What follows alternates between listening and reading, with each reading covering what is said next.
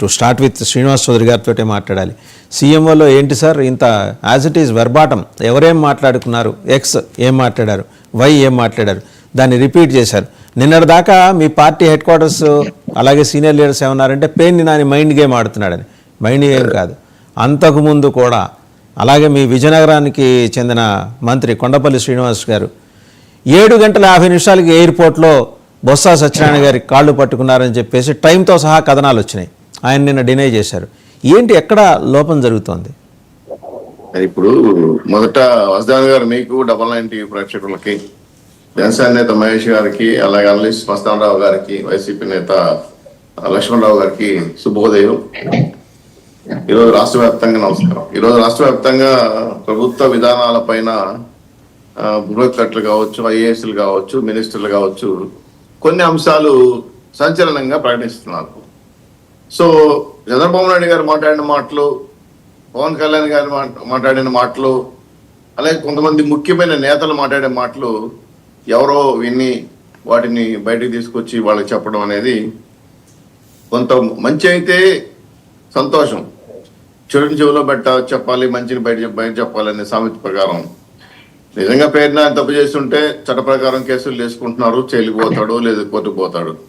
కానీ బాబు గారు ఏమో వాళ్ళ ఆడవాళ్ళ మీద అయితే వద్దులేండి కేసులు చెప్పడం, దాన్ని ఆయన నేను రాజకీయాలు వదిలేస్తాను, నాకు వద్దు ఈ రాజకీయాలు, నేను మంచిగా ఉండాలనుకోవడం బాబు గారు చేసిన నిర్ణయం కూడా బాగుంది, ఆయన ఆడవాళ్ళ జోలికి వెళ్ళొద్దని చెప్పే మాటలు కానీ, మీరు చెప్పిన బొత్స గారి విషయం కావచ్చు, అనేక అంశాల పైన ఈరోజు కోవర్ట్ల స్థానంలో కొంతమంది చుట్టూ చేరిపోయారు.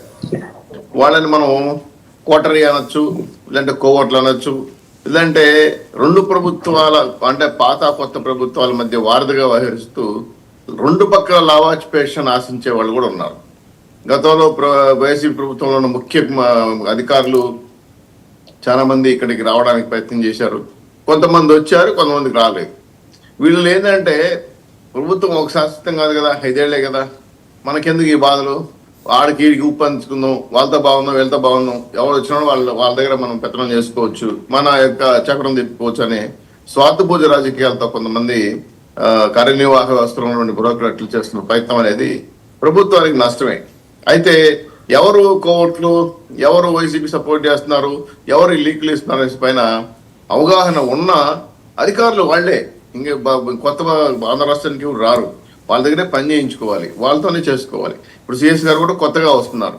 సో ఇవన్నీ చూస్తుంటే మీకు చౌదరి గారు మీకు విషయం చెప్పనా, మీకు తెలిసిన విషయం, నేను కొత్తగా చెప్పేదేం కాదు కానీ సిఎస్ కొత్తగా రాబోయే సిఎస్ గారు కూడా జగన్మోహన్ రెడ్డి గారికి అత్యంత వీర విధేయులట.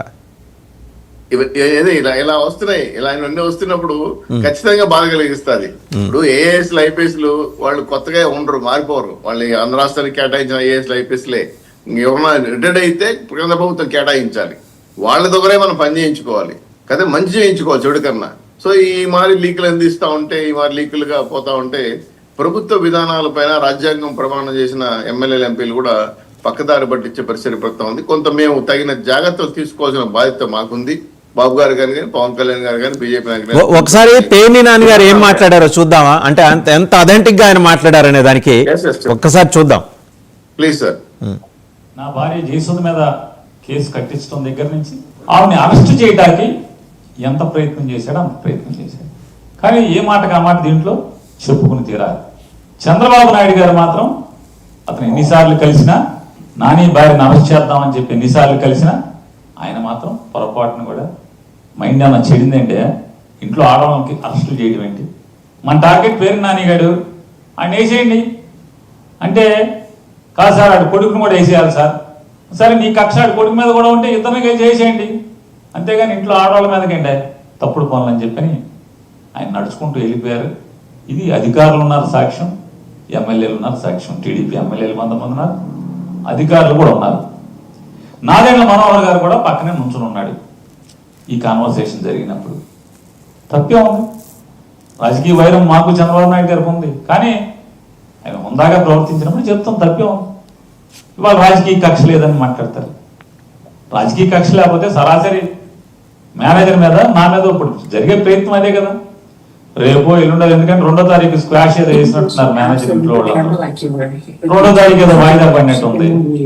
2వ తారీఖు లోపు ఎక్కడన్నా గాలించి ఆ మేనేజర్ తీసుకొచ్చి అతనితో బలవంతంగా 4 పీకో Right. 10 పీకో. చూశారు కదా నాదెండ్ల మనోహర్ గారి సమక్షంలోనే ఇదంతా జరిగింది. అంటే పేర్లతో సహా ఇంకా ఆయన టైం చెప్పలా. ఇంకొక వార్తాపత్రిక అయితే కథనం రాసింది, ఒక డిజిటల్ పత్రిక టైంతో సహా మెన్షన్ చేసింది. సార్ నేను చూశాను సార్, ఆ వార్తాపత్రిక మహానాడు అనే పేపర్లో రాసిన విషయం కూడా చూశాను. పేర్నాని గారి ప్రెస్ మీట్ మీరు చెప్పిన ఏంటో కూడా చూశాను. ఇప్పుడు మహిళల పైన కరిసాధింపు చర్యలు మంచిది కాదు, ఎస్ కరెక్టే, నేను కాదనట్లేదు. అయితే ఈ సంభాషణలన్నీ కూడా అటుపక్క ఇటుపక్క ఒప్పందిస్తూ ఆనందం పొందేవాళ్ళు కొంతమంది ఉన్నారు. ఇటువంటి వాళ్ళతో ఎలా జాగ్రత్తగా ఆనందం కాదు, మీ సీటు కింద మంట పెడుతున్నారు వాళ్ళు.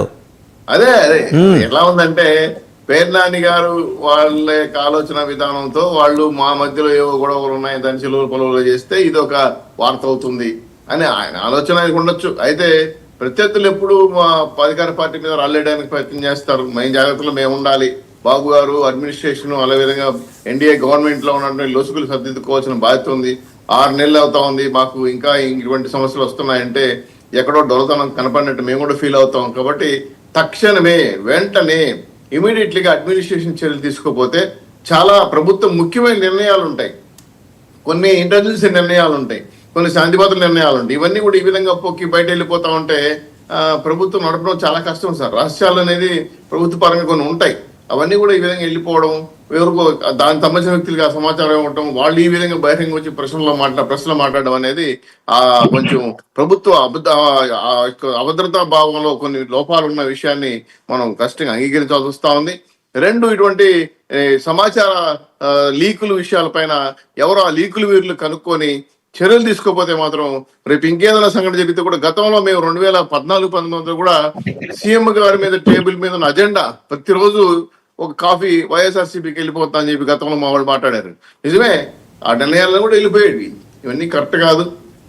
ప్రభుత్వానికి కొన్ని కట్టుబాట్లు ఉంటాయి, నిబంధనలు ఉంటాయి. దయచేసి అధికారుల పట్ల కఠినంగా వ్యవహరించాల్సిన అవసరం ఉంది. వాళ్ళు కూడా నిజాయితీగా నడుచుకోవాల్సిన అవసరం ఉంది. ఎందుకంటే ఎడదిరిగి చేయాల్సిన పని అంతా వాళ్లే, ఏ ప్రభుత్వంలో ఆ ప్రభుత్వంలో అధికారులు వాళ్లే ఉంటారు. వాళ్ళు మార్చేసి వాళ్ళని మొహం పట్టని మీకు ఇంతకంటే చెప్పలేను కానీ కోల్ స్కామ్ లో చాలా కీలకంగా వ్యవహరించిన ఒక పెద్ద బ్యూరోక్రాట్, ఇది రింగ్ మాస్టర్. ఆయన ఎవరు మీకు తెలుసు, నాకు తెలుసు, పేరు చెప్పడం మర్యాద కాదు కాబట్టి చెప్పట్లా. So is operating the entire thing అని మన హైదరాబాద్లో కూర్చొని నాకే తెలిస్తే విజయవాడలో ఉన్న టీడీపీ హెడ్ క్వార్టర్స్కి తెలియకుండా ఉంటుందండి? ఎందుకు ఉపేక్షిస్తున్నారు సీఎంఓ ప్రక్షాళనకు సంబంధించి? ఒకసారి మస్తాన్ రావు గారి దగ్గరికి వెళ్దాం. మస్తాన్ రావు గారు సీఎంఓ